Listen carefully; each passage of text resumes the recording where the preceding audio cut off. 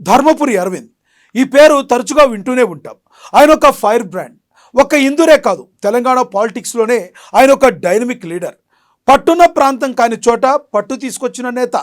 తెలంగాణ పరిభాషలో చెప్పాలంటే ధర్మపురి అరవింద్ శూన్యం నుండి సునామీ సృష్టించాడు.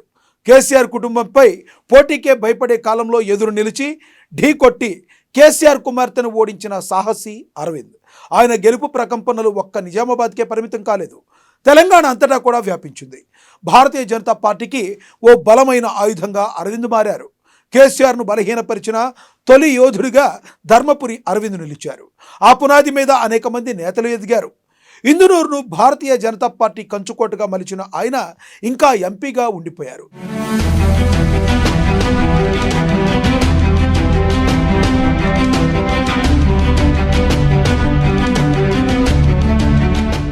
తెలంగాణలో కేసీఆర్పై గొంతెత్తేందుకు హైదరాబాదు నేతలు గజగజలాడుతున్న సమయంలో ధీరోదాత్తంగా ప్రత్యామ్నాయ సమాజానికి ఆశాకిరణంలా కనిపించాడు అరవింద్. ధిక్కార ప్రజల ఐకానుగా నిలిచాడు. అరవింద్ మొండితనానికి దూకుడుకు ఎలా మూకుతాడు వేయాలో తెలియక అప్పటి ముఖ్యమంత్రి కేసీఆర్తో సహా ఆయన కుటుంబమంతా అనేక మార్లు ఒకే చోట కూర్చొని మేధోమథనం చేశారు. అరవింద్ ఇంటిపై దాడులు జరిగినా ఆయనను అదరలేదు, బెదరలేదు. దాడులు చేసిన వారే ప్రజాక్షేత్రంలో లేకుండా పోయారు.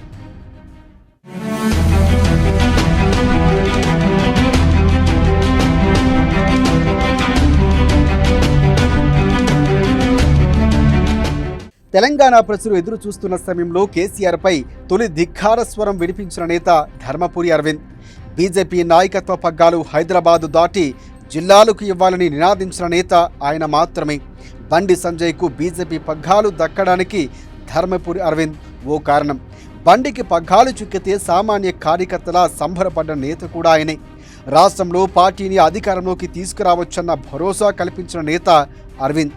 ఎన్నో వైవిధ్యాలు ఉన్న ఇందూరు జిల్లాను కాషాయ కంచుకోటగా చేసి తాను గెలవటంతో పాటు 3 ఎమ్మెల్యేలను ఉమ్మడి నిజామాబాద్ జిల్లా నుంచి గెలిచేలా పార్టీని నాయకత్వాన్ని పటిష్టం చేసిన నాయకుడు ధర్మపురి అరవింద్.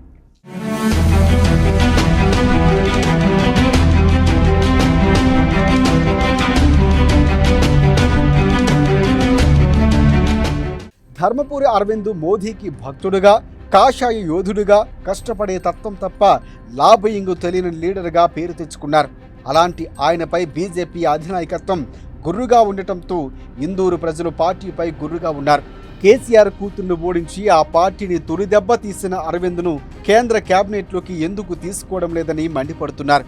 బీజేపీ అంటే హైదరాబాద్, కరీంనగర్ పార్టీగా మారిపోయిందని, రాష్ట్రంలో బీజేపీని పటిష్టం చేసిన ఇందూరు నాయకుడిపై వివక్ష ఎందుకు చూపుతున్నారని ఇందూరు ప్రజలు, ఎంపీ అరవింద్ అభిమానులు మండిపడుతున్నారు.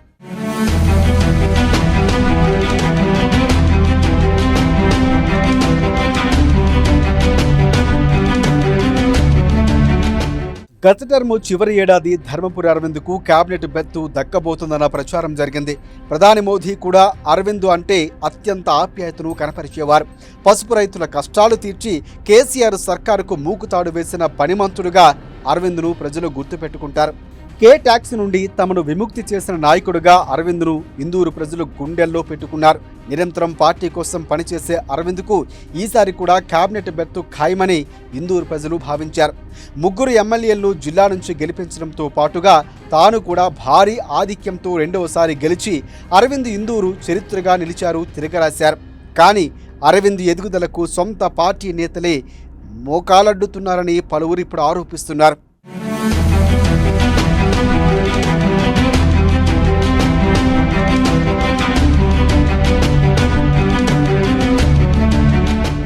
భారతీయ జనతా పార్టీ ఏ పదవులు ఇచ్చినా హైదరాబాద్ నేతలు ఇంకొకరిని రానివ్వరన్న అభిప్రాయం ఉంది. కుండ మార్పిడి పద్ధతులు అక్కడి 2-3 నేతల మధ్య బదిలీలు అవుతూ ఉంటాయి.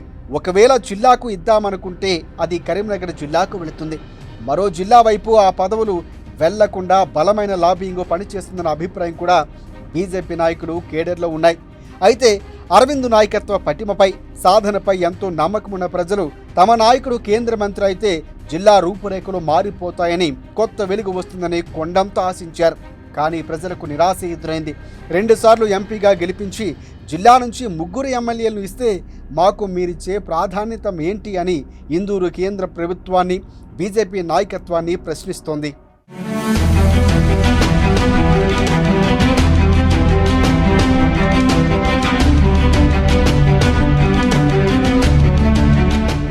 అరవింద్ లాంటి నేతలకు ప్రాధాన్యం దక్కితేనే పార్టీ కోసం ప్రాణం పెట్టి పనిచేయాలన్న స్ఫూర్తి యువతరంలో కలుగుతుందన్న వాదనలు వినిపిస్తున్నాయి.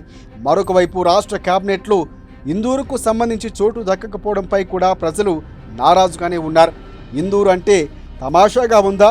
మా నాయకులు కష్టపడి ఫలితాలు తెస్తే మీరు పదవుల్లో కూర్చొని మాపై వివక్ష చూపుతారా అంటూ ఇందూరు యువత భగ్గుమంటోంది.